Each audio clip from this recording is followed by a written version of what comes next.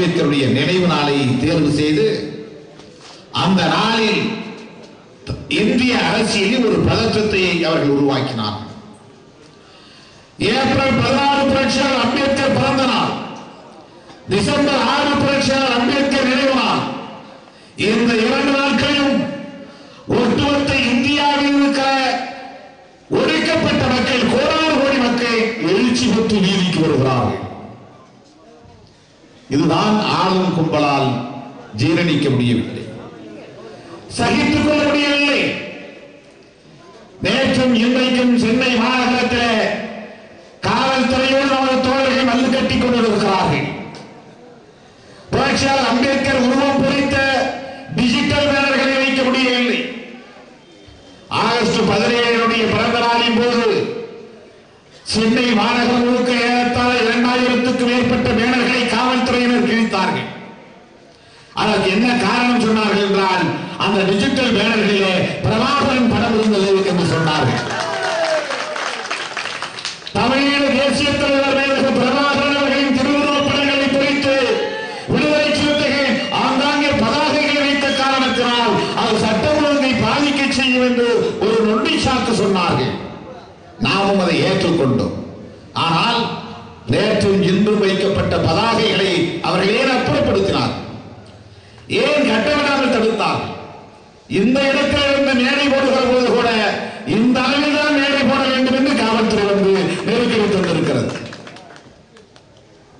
வேறு கட்சிகள் இங்கே அப்படி மேடை போடுகிற போது காவல்துறையினரால் என்று சொல்ல முடியுமா?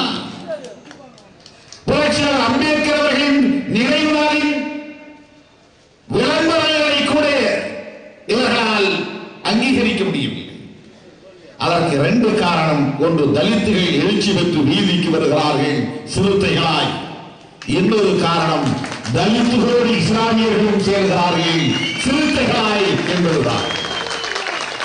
ஆக இயல்பாகவே அவர்களின் நாடு நரம்புகளில் ஊறி கிடக்கிற அந்த இந்துத்துவ உணர்வு நாம் ஒன்று சேருவதை, அணிதிரள்வதை ஏற்றுக்கொள்வதில்லை.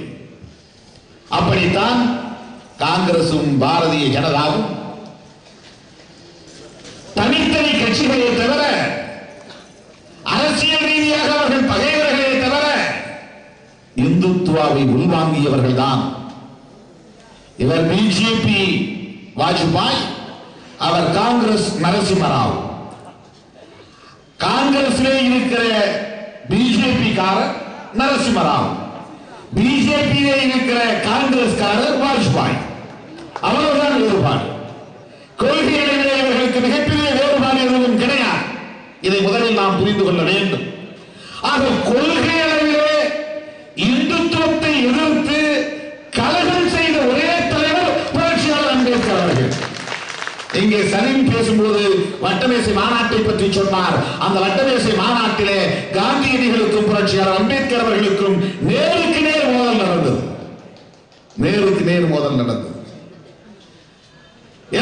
சிறைச்சாலையில் காந்தி உண்ணாவிரதம் இருந்த போது நேரிலே போய் புரட்சியாளர் அம்பேத்கர் அவர்கள் அவரை சந்தித்து பேசிய போது ஒருவருக்கொருவர் சண்டை போட்டுக் கொண்டார்கள். இந்துத்துவ கொள்கையை எதிர்த்து புரட்சியாளர் அம்பேத்கர் பேசினார். இந்துத்துவாவை பாதுகாப்பதுதான் தன் உயிர் மூச்சு என்று காந்தியடிகள் வாதாடினார். ஆக இந்தியாவிலே கதாநாயகன் புரட்சியாளர் அம்பேத்கர் என்றால் வீரன் காந்தியடிகள். காங்கிரஸ்காரர்களுக்கு கதாநாயகன் காந்தியடிகள் என்றால் வீரன் புரட்சியாளர் அம்பேத்கர் அவர்கள். இப்படித்தான் இந்திய சரித்திரம் என்பது கடந்த காலங்களில் இருந்தது. ஆனால் இதை யாரும் அப்படி வெளிப்படையாக ஒப்புக்கொள்ள மாட்டார்கள். அதனால்தான் தோழர்களே, இந்துத்துவ சக்திகள் ஏனோதானோ என்று டிசம்பர் 6ஆம் தேதியை தேர்வு செய்திருக்க முடியாது என்பது எம்முடைய கருத்து. எதேச்சையாக அந்த தேதியை அவர்கள் உறுதி செய்திருக்க முடியாது. உச்ச நீதிமன்றம் தீர்ப்பளித்து விட்டது. அந்த இடத்திலே யாரும் எந்த கட்டிடத்தையும் புதிதாக எழுப்பக்கூடாது என்பது. ஆனால் உத்தரப்பிரதேச அரசும் மத்திய அரசும் அங்கே பஜனை செய்வதற்கும் கீர்த்தனை பாடுவதற்கும் அனுமதி அளிக்கிறது. அப்படி அளித்த அந்த அனுமதியின் மூலமாகத்தான் அங்கே கரசேவை செய்கிறவர்கள் என்கிற பெயரால் மதவெறியர்கள் உள்ளே நுழைகிறார்கள். அங்கே இடித்து நொறுக்கப்படுகிறது. பாபர் மசூதி ஏறத்தாழ 400 ஆண்டு கால பழமை வாய்ந்த ஒரு வரலாற்று சின்னம். இந்தியாவிலே முகலாய அரசு தொடங்கிய காலத்தில், பாபர் தலைமையிலே உருவான இஸ்லாமிய அரசு தொடங்கிய காலத்தில் இஸ்லாமிய மக்களின் வழிபாட்டு தலமாக உருவாக்கப்பட்டதுதான், பாபருடைய ஆணையால் உருவாக்கப்பட்டதுதான் அந்த மசூதி. அது பாபர் மசூதி என்று தொடக்க காலத்தில் அழைக்கப்படவில்லை. பாபருக்கு பிறகுதான் பாபர் மசூதி என்று அழைக்கப்பட்டது. பாபர் காலத்தில் அது கட்டப்பட்ட போது மஸ்ஜித் ஜென்மஸ்தான் என்றுதான் அதற்கு பெயர். அதற்கு பெயர் அப்படித்தான் சூட்டப்பட்டிருந்திருக்கிறது. அப்படி கட்டப்பட்ட அந்த மசூதி 400 ஆண்டு கால பழமை வாய்ந்த வரலாற்று சின்னமான அந்த மசூதியை அவர்கள் 92ஆம் ஆண்டு டிசம்பர் 6ஆம் தேதி இடித்து நொறுக்கினார்கள். இதை பற்றி ஆய்வாளர்கள் என்ன சொல்லுகிறார்கள் என்றால், 1855 ஒரு பிரச்சனை உருவாகிறது.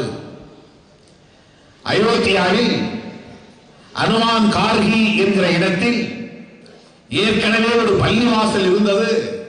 அந்த பள்ளிவாசலை இடித்துவிட்டு அங்கே அவர்கள் கோவில், இந்து கோவில் கட்டியிருக்கிறார்கள், அனுமார் கோவில் கட்டியிருக்கிறார்கள் என்ற பிரச்சனை எழுகிறது. அந்த பிரச்சனையை ஒட்டி கலவரம் ஓடுகிறது.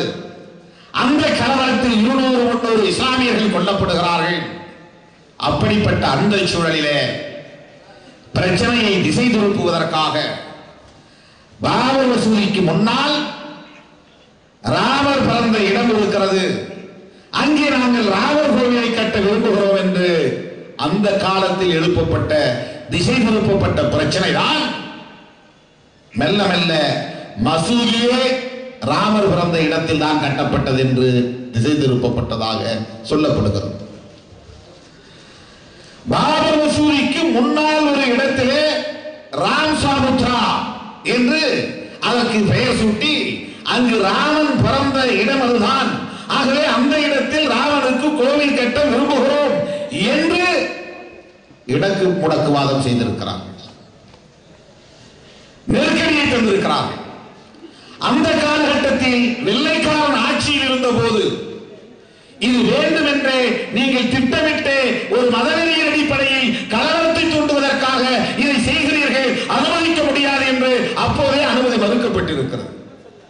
இவையெல்லாம் வரலாற்று சான்றுகளாக சொல்லப்படுகின்றன.